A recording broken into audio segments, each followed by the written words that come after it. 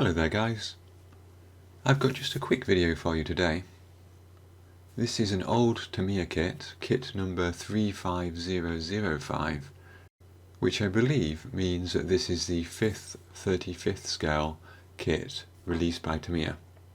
It's certainly an old one. It was first released in 1970, and although according to Scalemates it was re-released in 1998 and then in 2009, it does seem like quite a rare kit to me. I've never seen it in shops and I only see it occasionally on eBay. So I was really pleased to pick one up on eBay recently for a decent price. So we'll have a quick look at the contents and then I'll give you a bit of history about the 6-pounder while we build it. This is your classic Tamiya old style box with the artwork on the side here.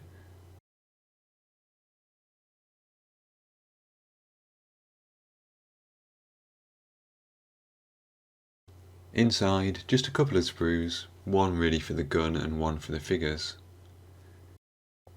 And I always love these old style Tamiya instructions with the photos on the front. I feel like we don't get that these days in their kits.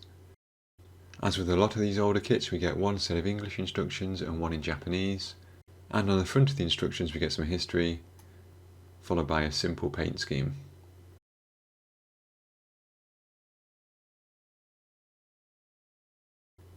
As you can see, the build sequence is dead simple. The barrel and the breech go together, then we have a mount,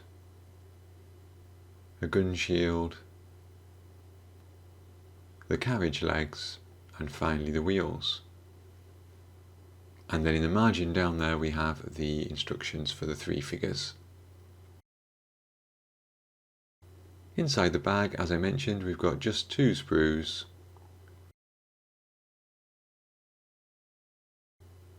this one here for our gun,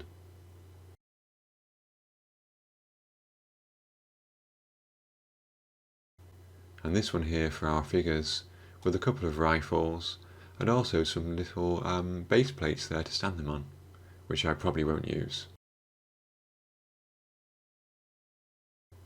So as I cut those parts out and build the kit, I'll give you a bit of background on the 6-pounder. The gun was first designed in 1940, although it didn't enter service until 1942 with the British in North Africa. The first version to enter service was the Mark II, which I believe is the version represented here, and one easy way to tell seems to be the wavy top of the gun shield, which isn't present in at least some of the later versions. There were quite a few variants of the 6-pounder with various changes to the muzzle brake, the gun shield and the carriage. This included versions for tank use, as the 6-pounder found its way into the Crusader Mark III, the Centaur Mark I and II, the Cromwell up to Mark III, the Valentine Mark 8 through to 10, and the Canadian Ram Mark II, which I built elsewhere on my channel. There was also a lighter version of the 6-pounder designed specifically for airborne troops. When it first entered service, the 6-pounder was able to penetrate the armour of any German tank then in use. And although when the Tiger was introduced the 6-pounder couldn't penetrate the frontal armour, the first Tigers disabled in North Africa were taken out by 6-pounders. Later in the war, ammunition improvements meant that the 6-pounder was effective against the frontal armour of both the Tiger and the Panther. In fact, the US even adopted the 6-pounder for their own use, naming it the 57mm M1. One of the great things about this kit is that the 6-pounder was used in a wide variety of theatres, and in fact continued in use for quite a while after World War II. The US version was used in Korea, and the 6-pounder was used even as late as 1970 by both sides in the Biafran War. So lots of options there in terms of placement. And you can see there I've just got to the point where I've built up the gun itself. We've got the 2 legs and we're just attaching them now to the mount. The instructions would have you bend that pin at the bottom with a hot screwdriver. I just put a small amount of glue there to enable me to maintain the movement of the legs and the side-to-side movement of the gun itself. I temporarily attach the wheels. I'll keep them separate for painting. but that raised the gun up enough to enable me to put that front gun shield on there.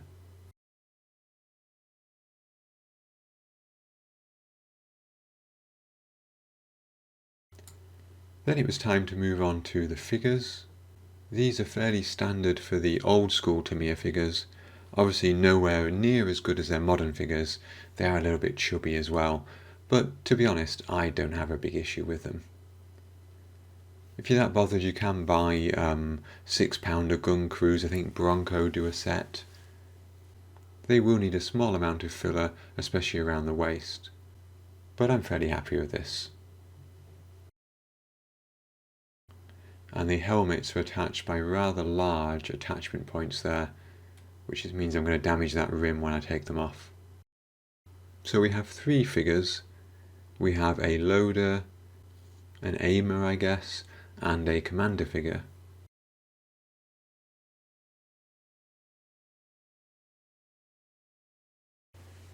In a lot of the reference photos I've seen more than 3 crew, and Wikipedia lists the crew as 6.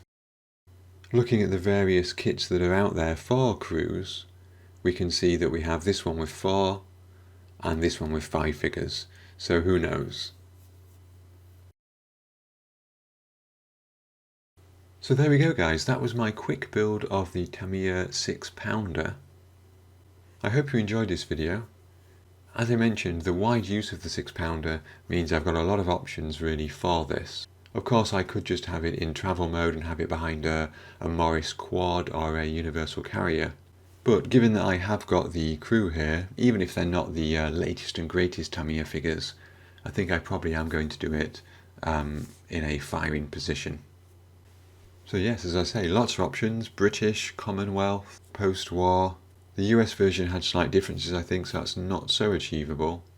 But nevertheless, there's a wide range of archive photos out there to inspire me. And that's why I haven't painted the kit yet in this video, because I haven't even decided whether I'm going for the European theatre or the African theatre. So if you'd like to find out what I do with this and the small scene that I put it in, then please do stay tuned for a future video.